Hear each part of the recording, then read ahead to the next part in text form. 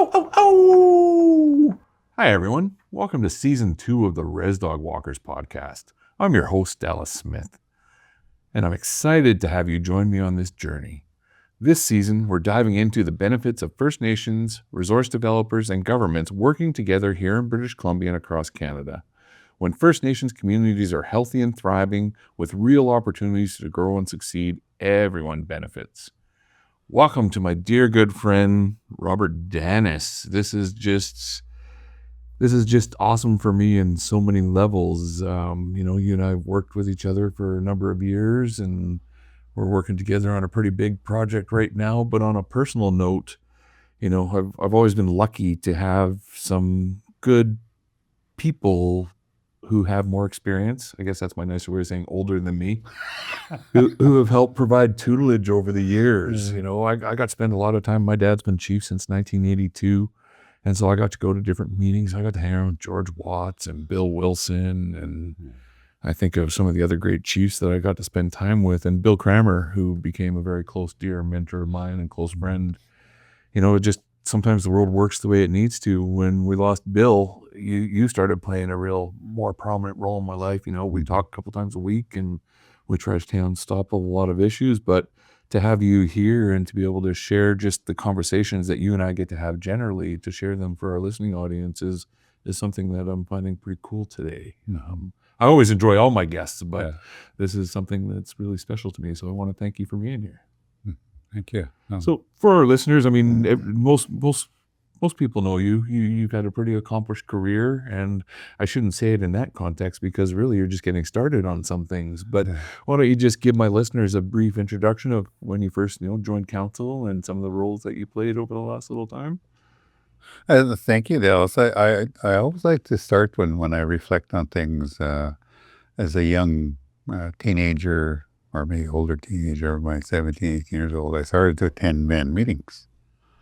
And I went to this one band meeting. It was when Pacific Rim was going to include 4 of our reserves into the park. So I went to the meeting, young person. Back then it was strict, when you were young, you only listened. You didn't have a say. And they were offering land in exchange for the reserves, and I'm sitting there, hey, that land is pretty good that they're offering, I wanted to say something, but I was respecting my culture that as a young person. But the big thing about that particular day was that our elders of the day said, we're not in a position where we want to buy our own land back. Of course, that's where I wanted to get up and say, well, if we don't, someone else is going to get it. But I never got to say that, but I held on to that. And I held on to in the context that if you don't take it, someone else will get it. And that goes with any kind of business relationship, land, tenures, licenses. I get really frustrated when our people turn down DFO offers, I mean, sure, they're not enough, but it's a building block. Got to start somewhere, right? That's right. And that's all I've always ever looked at. It's a building block. Let's build on it, take it and make it more for tomorrow. And that's always been the simple part of my leadership that I learned from my elders. And that's so when I decided to run for council, I remember my dad saying, well, I think you have enough experience now. You can. So I gave my first crack at the cannon when I was about 24, I guess. And it was nerve-wracking. It was scary. And I got involved in politics when our fisheries started to decline. It hadn't declined to a level where our people were moving off. But I did notice a trend. Every year we had more and more people moving away from home, where that was unheard of. I mean, when I was growing up, 100% of us at home, 100% of us deckhanding or owning a boat, fishing, or you're not fishing, you're logging. And it was, we were participants in a vibrant forestry and a fishery economy. And I started to see that decline. And I used to talk to my dad about that. Is there anything we can do with that? He said, oh, no, son, we can't change that. Well, me being the rebellious, well, I disagree. I think we can do something about that. We just need to be more involved and not accept that, status quo is an option. It's not. We all have the ability to change our lives, and so that's what got me involved. My dad was a chief counselor for a while, and my late uncle Art Peters was the chief for quite a while. I learned a lot from him. He was an amazing man. He was unpopular, but the things he done was just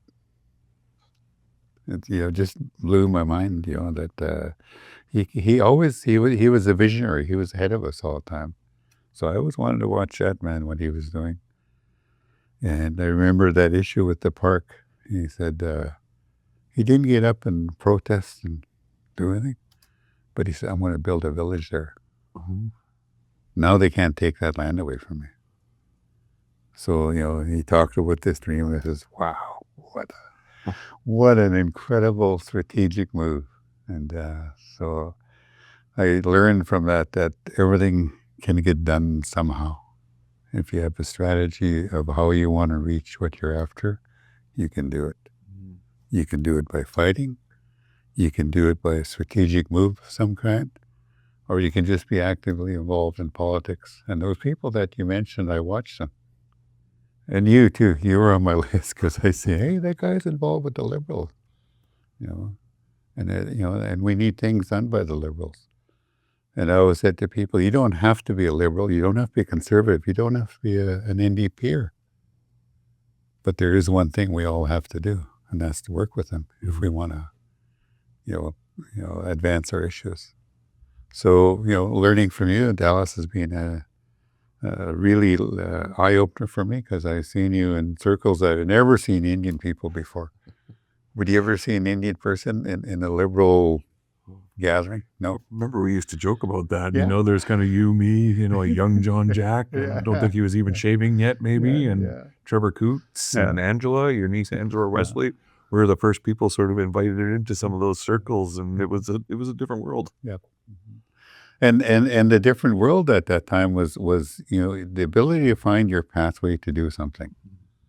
And that's what I liked when I watched you and the leaders, the ones you mentioned, George Watts, Joe Mathias and Bill Wilson, all of them. They were, I think, probably my filing cabinet. I have different speeches from each of them because they were just incredible. And so for me, getting into politics, well, I don't know any politics. I haven't gone to any university or anything, so I'm just going to listen to the elders and see what they got to say. And to this day, that was the best thing I ever done. Similar. I was lucky enough to be one of the leaders of our traditional youth study. And so I got to spend 3 years with the elders before my political career started.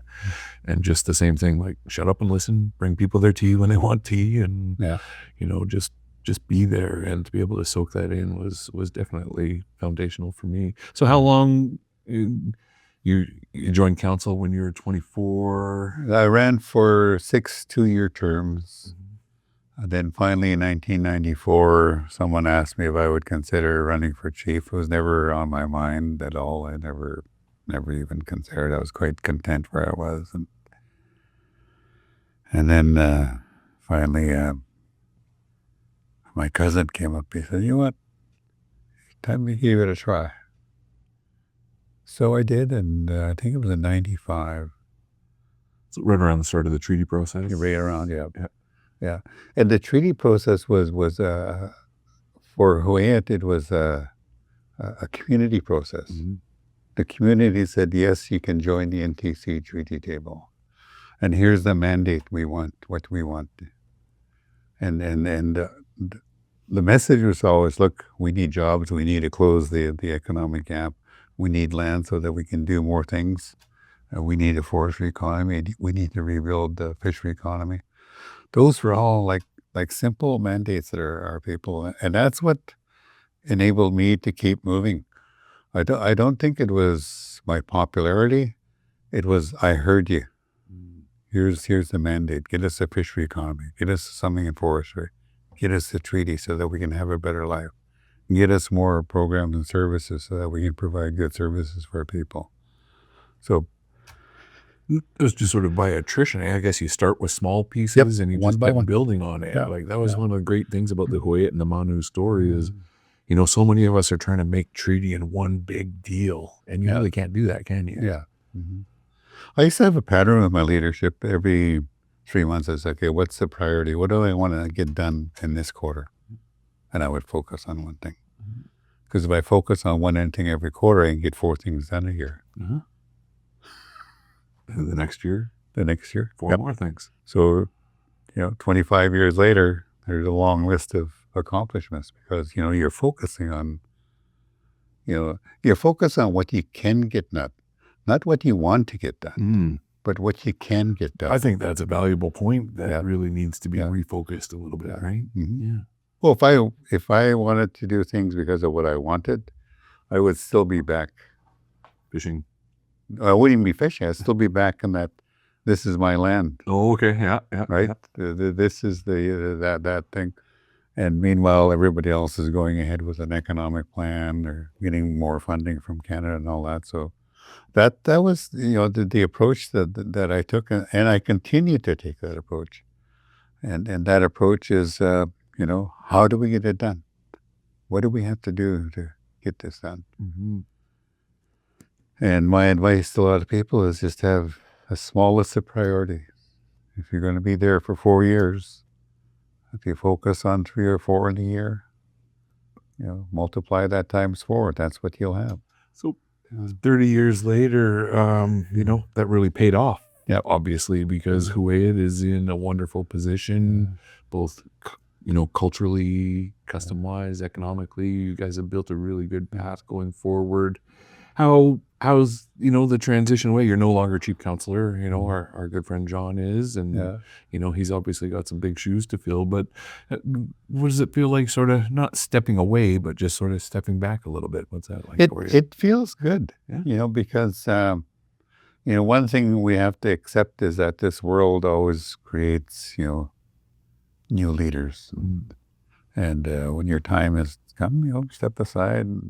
And I'm enjoying what I'm doing now. I do a few projects and try to do the best I can, give the best advice I can. And It really beats experience, does it? oh yeah. So it's good to I would say step back and then help other people where I can. And I plan to do this for 2 or 3 years, and then hopefully by the time I'm 80, I'm still fishing and I'm still catching fish. And, that's what I want to do because my uncle, who I learned to fish with when I was 15 years old, became a deckhand with him. At 87, he was still fishing. And at 87, he was bringing his last fish load to the dock, and he passed away on that. So there's a man who fished right to his calling. Right till his calling. Wow. And that he's my idol. He set my life straight. And actually, he's John's grandfather. Oh, wow. Ernest Jack. Quite an incredible person. Yeah. Nice. It'd be silly not to bring it up, but I don't want to embarrass you because I know you don't do anything for Robert. Not much of what you do is for Robert, but I happened to be in audience when you received the BC Achievement Award a couple months ago. What you got to bring your son was there. He got to drum you up on stage. You had your niece, Angela Wesley, a good friend of mine, with you, your family, your wife, obviously. How did that feel? I mean, this is such a cliche question, but how did that feel to be acknowledged by, the peers around you who stood you up and said, wow, this is a man who's had some outstanding achievements and impacts? Must have been a very special night for you. Yeah, it was a special night, but at first it was embarrassing. I when they phoned me up, I said, this is embarrassing because I didn't do what I'm doing to get some award. Yeah. I said, I done it because I listened to my elders, and the women in my life were very influential what I done. Aggie Peters, Fanny Williams, my sister Marge, my niece Angela, they all play an important role in my life. And to me, it wasn't what I done, it was what we done, because I'm carrying forward, their teachings and their messages. And so it was embarrassing at first. And then after a while, I got to reflect, hey, this is quite quite something to be recognized by your peers. And wow, so I started finding out, who made the nomination and whatever, and then, oh, wow, people outside of our community recognizing what was going on. So yeah, it was incredible. I enjoy it and put the plaque up on my wall, and every once in a while I turn around on my chair and say, okay, achievements. And that's kind of what I teach anyway. In order to achieve what you're after, you got to have a team there. Yeah. And the team, part of that team is people that recognize what you've done. And so it was great. It's fantastic. Nice. Yeah, it was such a great event. I mean, I've been to a few of those, and I mean, the awardees are always very deserving, but there's a different energy in that room that night, and it was just pretty cool to be a part of, and also knowing that you're not done yet. No, yeah. Yeah. Actually, I've invited one of those recipients to come to be part of our tourism conference because I liked what he was doing. Yeah. And I said, come to our conference and explain what you're doing, because they all had fantastic stories. They were just like, wow, I was blown away. That's one of the great things out there is, I mean, before, even when we first started doing BCI Rock, finding some of the successful stories was tough. Yeah. But now there's so many people doing so many cool things out there now. That's almost like Dallas. You can say, mission accomplished. A little bit. Yeah. A little bit. It's almost getting to that stage, Almost there. Almost there. Over your time, you've obviously worked with a lot of leaders. The Nuu-chah-nulth, at least the 5 nations involved in Manuth and whatnot.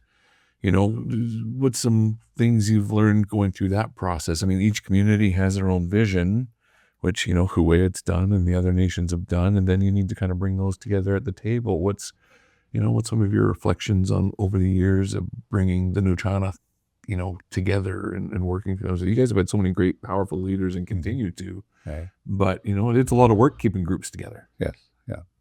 The first thing to recognize is we're a diverse group of people.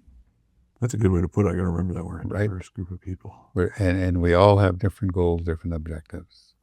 And I remember when I first got to the tribal council as elected chief, that to be my way.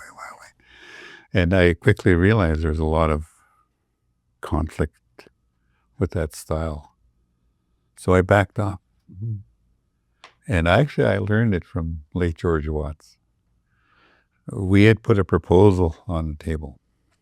And George and us leadership, sometimes we would debate and have a negative debate of something coming on the table. And George that day said, "You know what, Huwet? You put a good proposal on the table. I like it. I can agree to it. But can you agree to one modification?" I says, wow, what a different way. Normally we have a disagreement with the proposal, but we end up disagreeing with the whole thing. Yeah. So that was a incredible lesson that day. A little watershed moment, eh? Yeah, very. And that helped me move forward in terms of what how I got to do things and what I got to do, and I thank Wamish in my daily prayers. Thank you for your teachings. It's helped my life. And we get to work with his son now. Yeah. This is kind of cool. I mean, for you to be able to help bridge the generations that are sort of been involved and are coming in, that must be a special role for you. I mean, I know it's not something you signed up for, but you've just done it through your leadership and the way that you manage things. Like, just some of your reflections on some of these young leaders coming up. I mean, John Jack, who's a god himself, like the Wamish and some of these other people, knowing their parents and grandparents, that must bring a state of pride to you to a certain extent. Oh, and that's the part I was referring to too, like, just as, my elders were mentors to me, and now, we know we're mentors to everybody, or to somebody, I should say, and some other younger people. And that's when I can say, I look at my dad or think of my uncle or say, mission accomplished. There we go. Yeah. Nice. Yeah. I don't like focusing too much on the past, but just what are some of the things that come top of mind when you think about your tenure as chief counselor of Hawaiiat? Is it the treaty? Is it some of the other opportunities? What are just some of the things that jump out at you, Well, as the page has sort of been turned a little bit? the number one thing, and I was at the memorial service for John Horgan yesterday, and I remember one of my speeches, I said, always treat your consultant really good, because one day that consultant may become the premier of British Columbia. And John Horgan developed a tourism strategy for us. And that would have been early 2000. I think 2004, 2005. We had formed a Hawaii Tourism Committee and hired a consultant, done a whole bunch of work and got it done, got a report done for the council. And right on there, the concluding remark. The likelihood of succeeding on any kind of tourism development in the Hawaii Territory won't happen unless you upgrade the road to Banfield. Oh. So here we are 20 years later, finally, mission accomplished. But that issue never came off my plate. It always stayed number one priority from the time I got in until it was finally done. So that one really sticks out. It opened up and unlocked so much else. Oh, yes, right? Yeah. And of course, the treaty was an incredible process for us. I always tell people, don't look at the treaty as this is the final, this is what we're going to live by. But this is one of the tools in our toolbox that we can use to build our community. So like, for example, when I look at Hawaiiat First Nation, who I proudly worked for, when I looked at, we have X amount more land than we did when I got in office. Our financial position is in this case 56 times greater than when I got in office. Those kind of things. We have a suite of laws that we're self-governing now, and we're able to utilize the natural resources in our treaty, and the most important part about that is it's protected now. It's defined in the Constitution. Remember the Constitution says Aboriginal rights. But you only have an Aboriginal right if you can prove it. And that's why all these court cases, right? And so that's the context that I look at. It's a tool. And then probably another highlight in my life was I remember as a young fella, we had a forest company. Hawaiiat Forests, it was called, I think, way back then. So we're talking 1960s. And it failed. It utterly failed. That's what my dad said. We failed at it. We didn't make it work. And so when forestry started to come into as an interest for the community, and at that time, Larry and I were trying to get our own funds so we can invest in developing a forest company. And one of the first things we wanted to do was to hire some kind of forest manager or advisor or whatever we want to call it. And we went to the community and asked for a certain amount of money. And the very first thing was one of the elders got up and said, well, why would we want to do this when we failed? And I waited for the debate to finish. And I said, yes, it failed. But do you know what? We can work to make sure it doesn't fail. That's the commitment we can make. So let's start somewhere. And if we can, great. So establishment of the Hawaiiat Forestry Limited, $0, 0 projects, nothing in the tenure, nothing. And you look at it today, it's incredible, and Larry was part of that, I've told you this, Larry was my taskmaster. As the chief counselor of Hawaiiat, if I wanted something done, hey, Larry. So him and Tom Happinick, they both done incredible things. And then John Jack came along and the things that he done later. And, as a leader, you get to admire what people are doing. It makes you proud and, that, hey, they're doing something. So, and I always teach my kids, when the going gets tough, the tough get going. So that's what I say to them. I think that's important because it is tough. There's tough conversations that need to be had, but I think I sort of keep modeling the approach similar to the one that you've developed is got to start somewhere. Mhm. You know, I'm not, I never call anything I'm done final. Yeah. Nothing's ever final. It's always a work in progress, but it has to start at somewhere. Um, before I get into some of the other, things that we're working on together and some of the things you're doing right now, let's talk about Premier Horgan for a minute. He was a very accomplished leader. I think the first time I met him was when he was chief of staff to Dan Miller, when Dan Miller was the premier for that short little spit when they're kind of trying to figure out how they were going to go forward. But he was involved in some of the aquaculture work that was being done. And so it was similar story to where mine got a little bit more challenged because I ran against him. When I ran against Claire Trevina, and the aquaculture issue was really contentious in the North Island. And Claire Trevina and I went at it like cats and dogs, and this aquaculture discussion just never got any easier.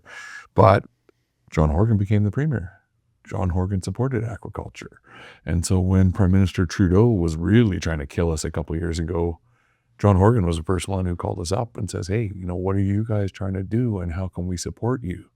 As you know, the province changed their tenuring system. They said, okay, if First Nations support aquaculture, they need to support the tenure. If they don't support the tenure application, the companies can't get it. So BC already did a really good job of setting the plate for those of us who want versus those of us who don't. We've seen the last 5 years where nations who don't want it have transitioned out, but we've seen some nations who are still involved get more involved and more vested and more deeply ingrained into the situation. And then there's nations like Kuwait are still looking at it as a possibility, maybe going into the future. But it's funny how Horgan sort of came together and he wrote the letter to the Prime Minister that said, hey, BC's committed to aquaculture right now. We do need a sustainable transition plan. But it's just funny that, the man who was the ministerial assistant to our premier helped Kuwait develop a tourism strategy, helped other nations on the coast develop aquaculture strategies. It's amazing how widespread John Horgan was. And I know you got to know him really well over your time. What's some of your thoughts on John, just both not only as the premier, but as a friend? Well, the first thing I want to share with people is I had an opportunity when John announced he was stepping down. I said, I want to say something to you privately. I said, as far as I'm concerned, you're the best premier I've ever worked with. And I say that in a very honest way. I said, well, we got the road. That was the issue. And we got involved in forestry. We've grown it. Now they have the ability to be self-governing. The province worked with us on that. But John, I really admired him when he came down. He came down to Kachina Bay, Anakla, met with all the stakeholders. And there wasn't one stakeholder that got up and spoke against the road being improved. And that's when I heard him get up and he said, let's work together to develop a Bamfield Road reconciliation project. That's what he called it. Yeah. You're on. We're doing it. And, that was, like a wow moment for me to have a premier say, let's work together. And mean it. Yeah. And he taught me something very important. It's relationship is what gets you across the line. I can arm wrestle Dallas, I can box Dallas, but am I going to get what I'm after? Probably not. But hey, Dallas, you know what? Here's what our community wants to do. So it's a different approach, and I know people call me soft touch and all that, but that's okay. Well, as I've gotten to know you, I know the soft touch is on the outside, but you're pretty determined to do what you feel your people need done over the years, and that's been pretty admirable. I guess it's easier to be soft touch if you know you're not going to quit till you get what you want, right? Yeah. Well, one word John used was, Robert, you're a pretty persistent man. I heard your wife use a different word. Yeah. I know. ResDog Walkers is part of an ongoing conversation that connects directly to the upcoming BC Indigenous Resource Opportunities Conference, BC IROC, happening June 18th to 20th, 2025 in Nanaimo, BC.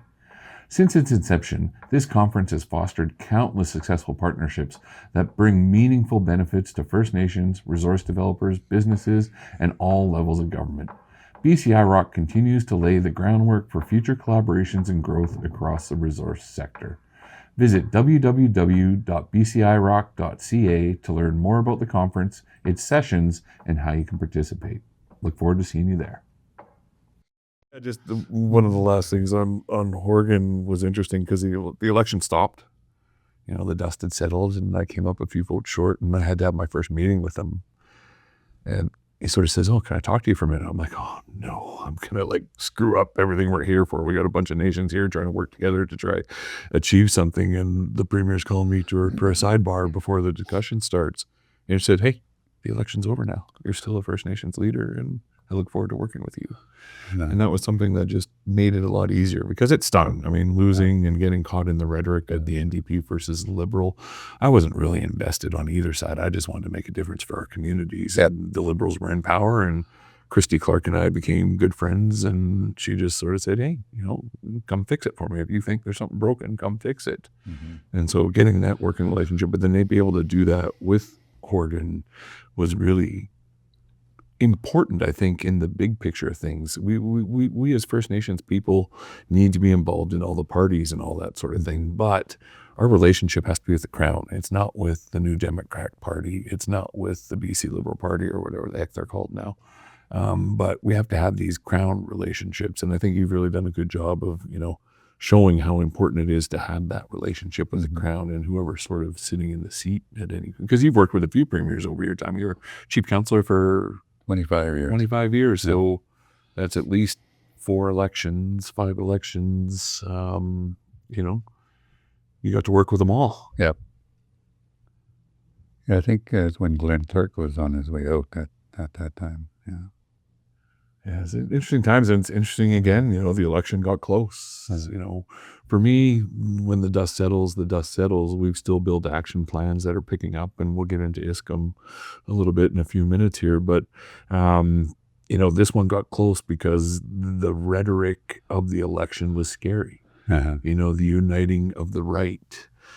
While I think it's important from an economic reconciliation point of view and all those sorts of things, it brought some other baggage with it. And this one was a little bit scary. Yeah. The last couple I sort of sat there and went through, and even the one I went through myself, this last one was scary because it was almost like, I don't want to say good versus evil because I don't want to say one's one and one's the other, but it was going to be really scary if we had to learn how to onboard a conservative government right now. With that said, many of us are talking to John Rustad and trying to figure out a way of how can we show the work that we're doing and things like that. So what's some of your thoughts on just the transition after elections? I mean, you have a goal that's given to you by our community. You have to work with different levels of the Crown. Just some of your thoughts on the relationships you've had to build. I would share with the John Rustads and David Eby's of the world and whoever is leading the Green. I know when I got reelected in 2015, I made a commitment to work with the people that even ran against me.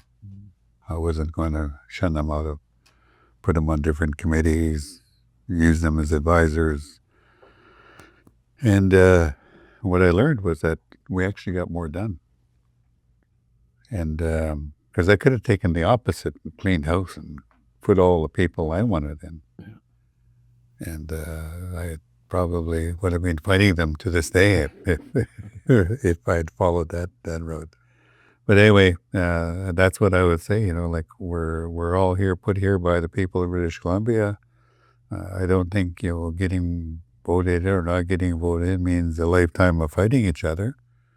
But the ability to find how do you work across the aisle to achieve what you want, and I'm hearing some good things from the Greens and the NDP.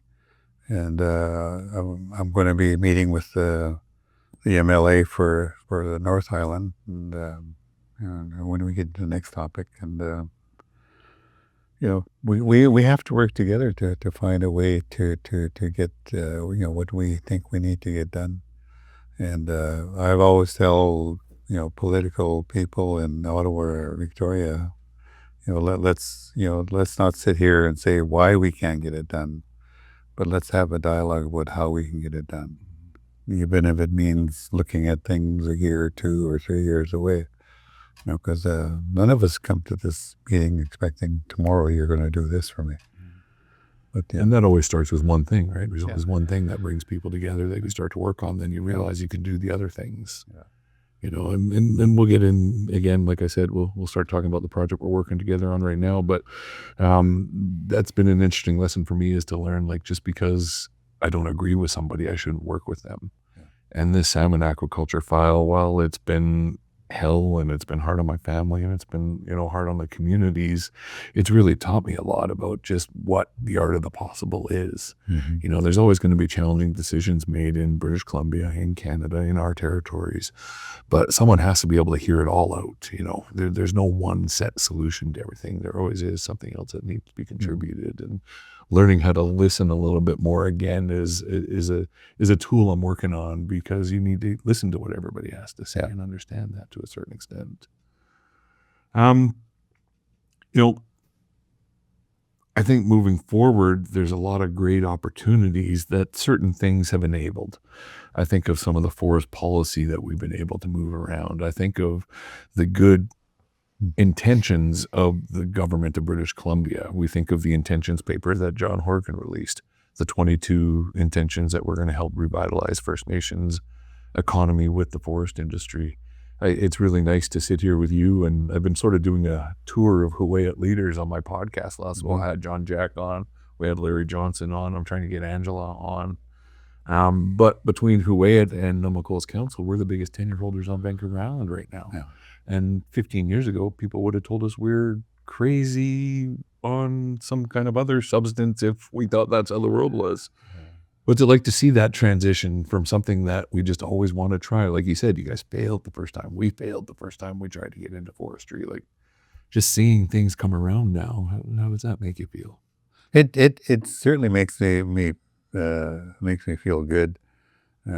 Again, I remember people like Bert Mack and Earl Smith and other Nuu-chah-nulth leaders that were involved in forestry. And I remember their constant message was that in order to participate in the timber harvesting side of things, you got to have a tenure. Mm. And they used to say, if you ever get a tenure, make sure it's a permanent one. Got to have a guaranteed fiber supply was the buzzword at that time.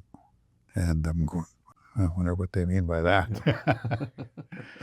So, to see it happen in our two groups is fantastic. And you probably had leaders that said the same thing to you. And, to have it there in that context. And I know we're being criticized because, forestry's in the downturn. Yeah, it's in the downturn, but, I'm 70 years old and I've seen forestry go like this. Mm-hmm. And it seems to have a 10 to 12 year cycle. And it always stays in the gully for, 4 to 6 years. It doesn't matter what you're looking at. So I always encourage people, don't make any decisions in the gully. Mm. Look at the whole context and what you should be doing. And to me is that I always say, maximize your return when things are near the peak. Mm. Anything you can do to gain the maximum benefit, that's whatever, getting the cutting permits and getting the roads built, that's all in around that time. When you get them all around there, that means your return is going to be higher. So that's been the exciting part of being part of it now, and and then participating where it's in the gully, where it's in the valley, whatever we want to call it, it's in the ditch. It's how do we get out of here? What do we have to do?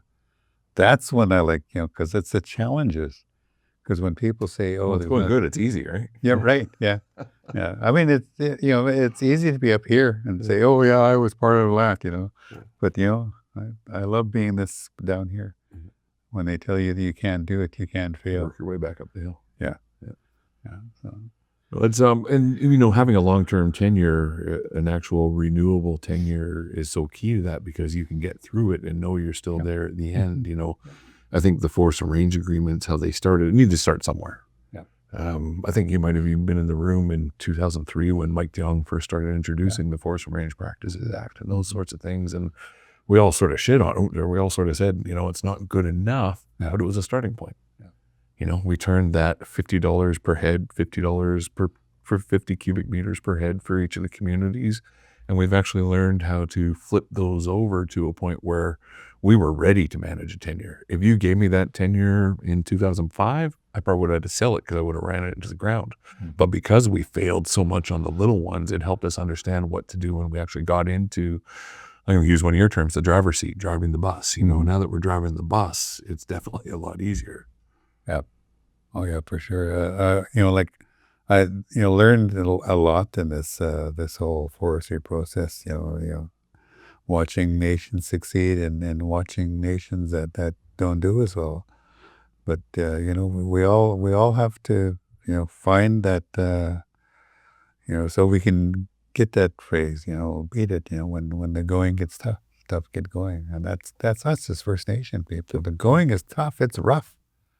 It's rough being the low end of the pole, where your people are the lowest income earners in the country. They're the lowest landholders in the country. They're the lowest tenure holders in the country. You name it. So the going's tough. So it's the John Jacks of the world and the Larrys of the world. The tough kid going. Yeah. No, and I think that's really what it is we've developed our own capacity to deal with these issues. We have our own people fighting some of these battles with help from consultants and experts in the field and all that. For but sure. it's back, Larry Johnson and I were talking about this, of kind of the foundation of respect that's so important. While we need to evolve our business practices, we need to take the politics out, there still has to be that foundation of, I believe you guys call it ISAC in your language. You know, let's get into one of the things that probably a lot of our listeners will be tuning in about. Why don't you introduce our listeners to ISCM? Wow, yeah, ISCM investment. for sure. That. And I might tease you a little bit, because when you first called me about this, I was like, "You want to do what?"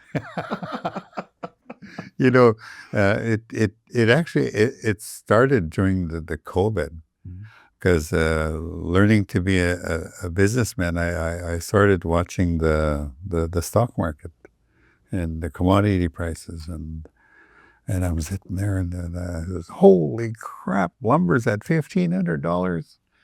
What the hell are we doing sitting here collecting nothing? and that's where that started. And I always kept in mind, peaks and valleys. And we were at a peak, but we weren't getting anything from that peak from a lumber production aspect. And I remember telling Robert Botterill, I said, "You know what, Rob?" I said, "I don't like this." I said, "I want to be part of that." So, The new green MLA, Robert Botterill. Yes. Yeah. So anyway, we started to get involved in our own manufacturing. We ended up getting a little operation going in Port Alberni using hemlock, and then we were designing another one at home where we could kiln dry hemlock and get involved there. And I thought, does this just have to be us? Can it be other First Nations? And started talking to different leaders, but they all had the same reaction. "What do you mean, spoke with Robert?" But anyway, I said, seriously, we're benefiting at the timber side of things, but we're not on the production, lumber production or whatever, value added, whatever they call it nowadays. We're not there. But one of the biggest influencers, though, is I went to Pachidat. This is John Ferry Creek. Yes, and I went to see their little mill operation going there. And Chief Jeff Jones at the time said, "Robert, do you see that cedar board going through?" I said, "Yeah, that's $900."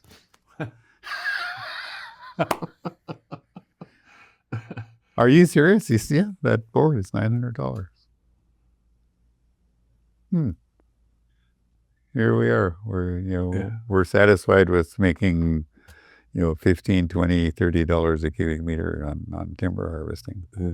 I mean, well, When we used to make 6 or 7 in the beginning during the first forest and range agreements. Yeah.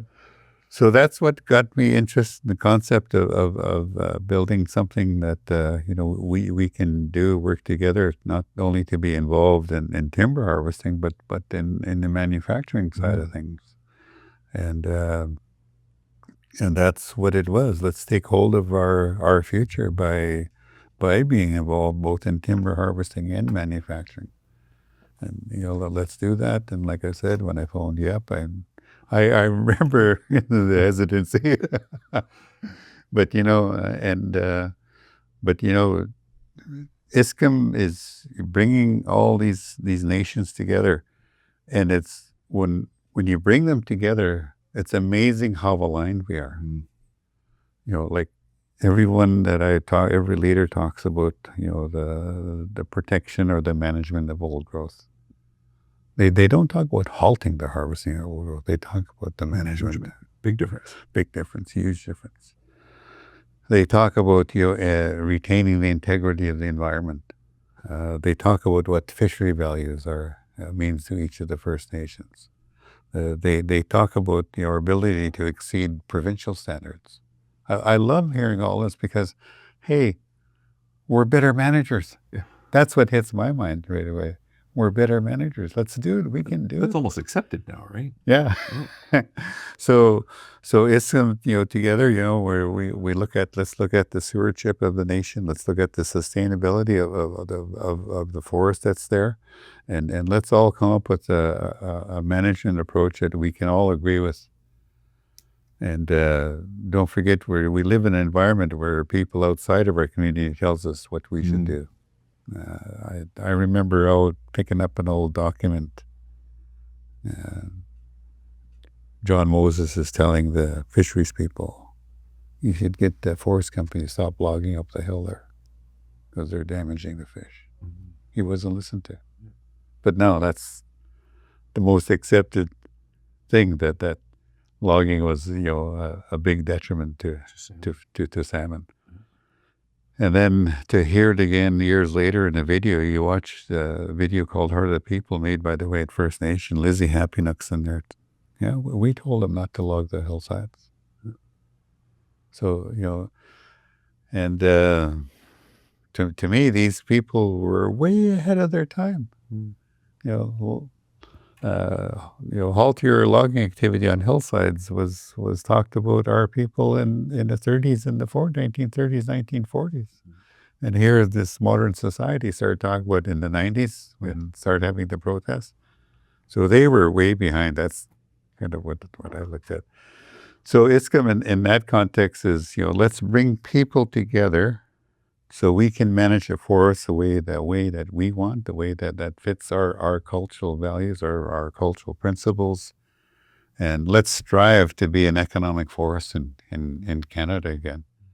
Because we were like your people, our people, we were economic forces to be reckoned with. I mean, you go to Campbell River, Prince Rupert, how many First Nations people own boats and licenses? And then logged in the winter. Yeah, logged in winter. Yeah. So it's rebuilding that dream. This time we don't do it, and we have to look at different models that worked. I always call it the BC Packers model. BC Packers, remember, they're the ones that provided the financing so fishermen could buy their boats or licenses. And then they got the product and they sold it. That's always a model that can be looked at. But like it's BC Packers, it's a company that went under, a public company, but there's nothing that says we can't revive it. No, Jimmy Pattison did a pretty good, did okay doing that, right? Yeah. So we've talked about Fairy Creek a little bit, and while I never want to give the activist community more airtime than they need, Fairy Creek was a great example of outsiders coming in and telling Pachudat, Tidadat, Huayet how we should be managing our resources. I know we started paying attention very closely because my territory was next. They were setting up camps and they're, starting to work on some of the road issues to bring more protesters in and those sorts of things. And I think that's around the time of COVID, and we started talking more about some of these things. But, Huade has a very strong, and Nuchanoth have a very strong conservation measure. It's built into everything that you guys do. What is just some of your comments on the role of activism in your territories versus the will and need of the people? Yeah, some of my comments are, like whether taken out of context or not is really isn't that important. But what it is that we got to remember that the people that have taken over us have only been here for a short while. So important. Yeah. In my time, 4 generations. We've seen a big change. I've had an opportunity of knowing elders that were here and participated in the before Confederation or before BC joining Confederation. And we got to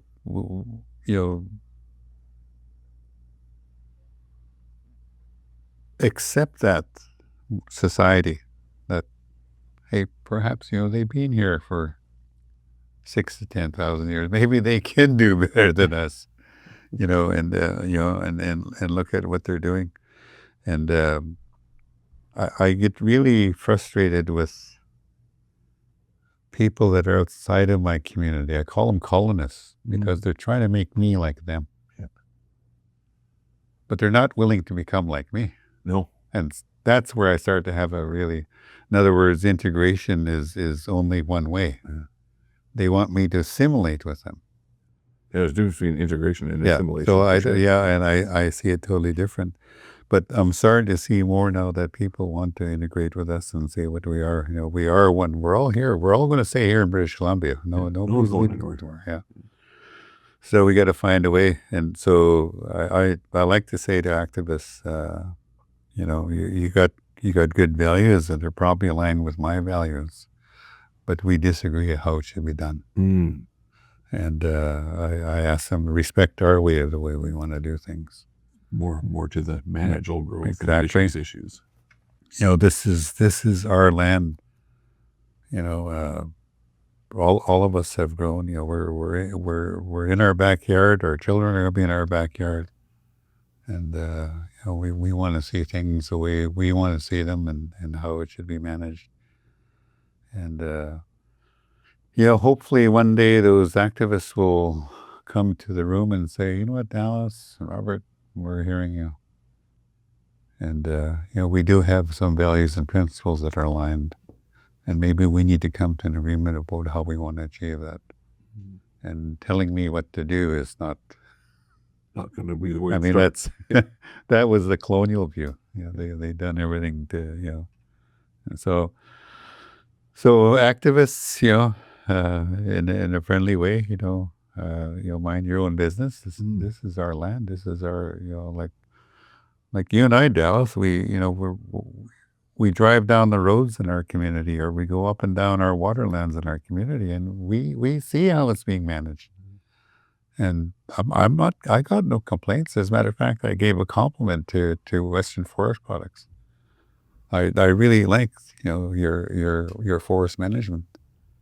I like that your guy is telling me how many trees you planted in that cut block. And I like it that Western is providing money to do fishery renewal. So these are things that will let us work together. We can do it. Give us some time and space to do that, right? Yeah. No, and I think Western's a good example. You guys, built a successful partnership with Western. We built a successful partnership with Western. And so ISCOM just seems like the logical next step, doesn't it? Yes. Yeah.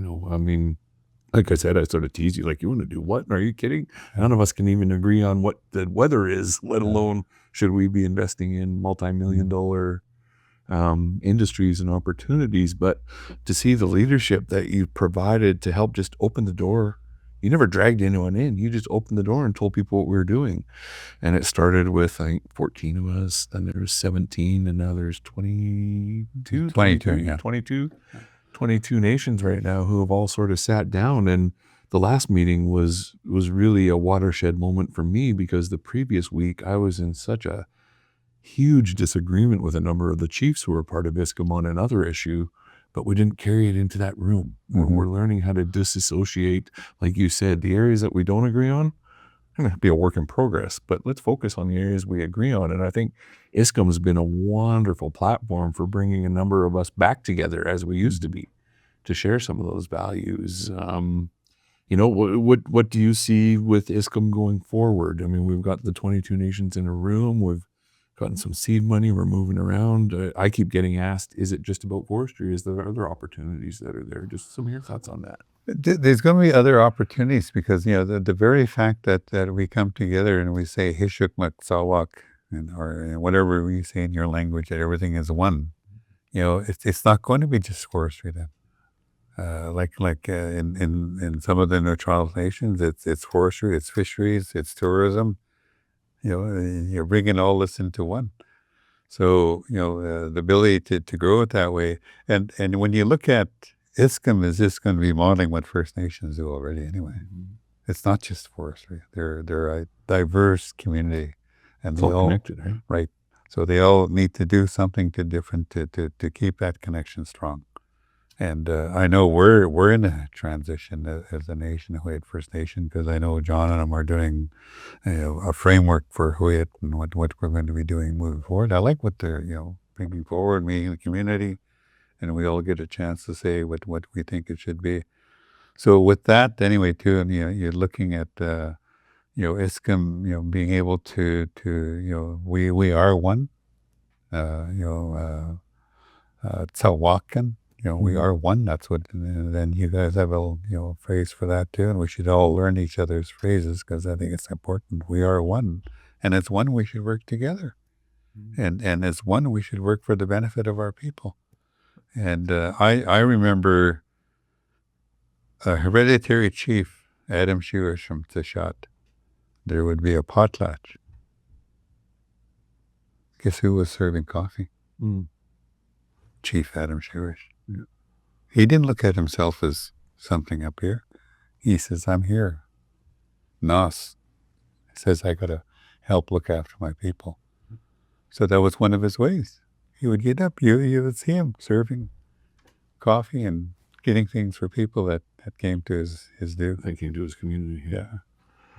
I think of one of the other angles. I shouldn't say angles. Angles make it sound like we're trying to work something that isn't ours anyway.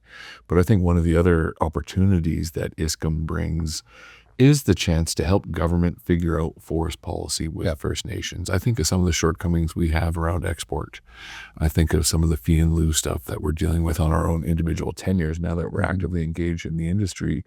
And government's always trying to look for the next step to try and close some of these gaps. Unfortunately, when the election comes, the priority of who they want to ask is different, but we kind of bring everybody to the table at once. And I really look forward to continuing to work with ISCOM to help identify some of the policy shortcomings that are there. I mean, I think of, using forestry as a good example for the rest of it around riparian zones and fisheries management issues. But at the end of the day, there's jobs that need to be protected. I think of the mills that are running right now and the mills that are going into curtailment. I think an opportunity like ISCOM can really bring that certainty that everybody talks about. Everybody talks about certainty like we just flip a switch and then it's there. You have to build certainty. Yeah. And I really value the participation in ISCOM because we can actually chart it out now. We can talk about the mills. We can talk about the fiber supply. We can talk about the value-added opportunities. And ISCOM is really one of the first examples I've seen of that happening at a multi-nation level.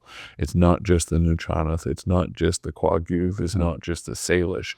It's something that we're all bringing together to make work, which is a pretty powerful position to be in. Yeah, and it is too, because like when I look at resource development, our people built an economy on resource development, but there was a difference about how that should be done, and I can look at some mistakes that the DFO made. I remember when they built in, I forget which minister brought in, there's too many boats. Oh, the fishing. Yeah. Fishing too little amount of fish. So what did he do? He got rid of all the small boat operators who were only catching 3% of the catch. That's the ones he got rid of. And then he left all the big ones there because they were the loudest voice. They were the lobbyists. They're the ones you got to get rid of these guys. And that's basically too what happened in forestry is happening in forestry now too. I think for me the DFO colonial model is the BC forestry model now. Mm. And so we got to find a way to make that not the case. And we as First Nations have the ability to create the certainty that's needed here, so that people that want to invest in manufacturing don't have to worry about the Indian problem. Yeah. And that's what happened with LNG. I mean, I know that happened because we were front and center. we were front and center. And the investor that was funding our project pulled out because he got uneasy about the First Nation issue in BC. We're out of here. His investors wanted out. Millions of dollars. And I'm sure that's happening in forestry too. So we got to create a really healthy, vibrant atmosphere so people are willing to invest in British Columbia. And I think bring in these first group of First Nations as their first signal, hey, they're working together. But I do know there's a lot of issues that we got to deal with, and they're going to be challenging. But we can do it. We can be the ones that are going to be creating the jobs, because the moment you stop export harvesting, there's a whole bunch of jobs lost there. Yeah. A lot. Lots. Yeah. There's the economy that's taken away from our First Nation community. So in a First Nations community, and I can tell you, for example, in our case, we are only exporting 15% of our timber. The rest was staying domestically. Mm-hmm. But that never got talked about. And I remember saying to our forestry guy, well, that's what you guys should be telling people, that 85% of our timber we're harvesting is going for local mills. And that's another thing too. And I'm glad our nation is taking a lead that, we gotta build manufacturing facilities. Yes. And that should be high and center. We're going to look for people. ISCM's going to look for people that want to ISCM and that want to work with ISCM to build manufacturing facilities in our lands. Yes. Well, and I think we're aligning the values of the different levels of government. Canada wants to do these things. BC wants to do these things, but they can't seem to figure it out. And so when we've come up the middle, we've sort of said, okay, BC, come with us on this one. And you and I are still working on Canada. They're a work in progress. Yeah. I guess with some of the resignations this morning, Canada will continue to be a work in progress. Yeah. But, just as we start to wrap up, you're doing ISCM. You're the leadership group for ISCM. What else are you doing? I understand you might be doing a little work in LNG, and I happen to know you're doing some treaty negotiating as well. Yeah. I'm doing some work in LNG. I'm an advisor to the First Nation LNG Alliance group. And I like what they're doing there because, again, the wrong messaging is getting out. The messaging of the LNG is bad. It may be bad for this, but for the global big picture, it's a good thing. Yeah. Because now you're taking LNG, which reduces less carbon emissions than coal. So if you help China and the other Asian nations get off coal, you're contributing to the whole global issue. It's interesting seeing Indigenous people play a role in the solution to some of these global issues. Yeah. Climate change, I think of food security and other issues. Like that's one of the reasons we're doing salmon aquaculture is because we want more fish for the world to eat. Mm-hmm. And we want them to lead the wild for us. I mean, we think Indigenous people should have first right to the wild, but it's still our purpose. Yes, exactly. But with all the stuff people put on fish nowadays, I'm surprised some of them can tell the difference. All the mayonnaises and Dijons and all that sort of stuff people like to apply to it. But halibut or a spring, what's your favorite to fight on your rod when you're on your boat? My favorite is spring. Is it? It still is spring. I love hooking onto the halibut. It's exciting. But when I drop my gear, it's spring first, then we'll go look for the halibut.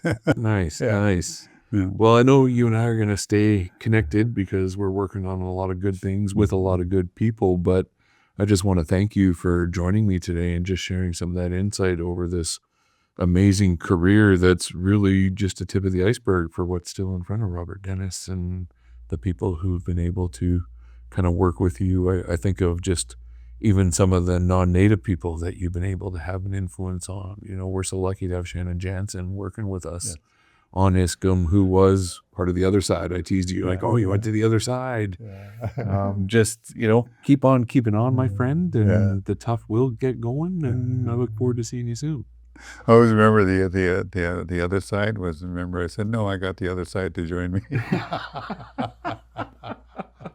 And that's what it's going to take to get the solution is there's no more sides. Yeah. We all got to realize it's in the middle, and we all got to deal with it as we need to. And we all have one thing, we want jobs for our people, and their people, like the union jobs, that's non-Indigenous people, and we want to see mills opening and operating again, and we want to see a vibrant economy in British Columbia. We all want the same thing, so let's work and make it happen. Let's do it, my friend. Yeah. Well, thanks for coming on, and I hope to have you on again soon. Thank you. Thanks, my friend. Yeah.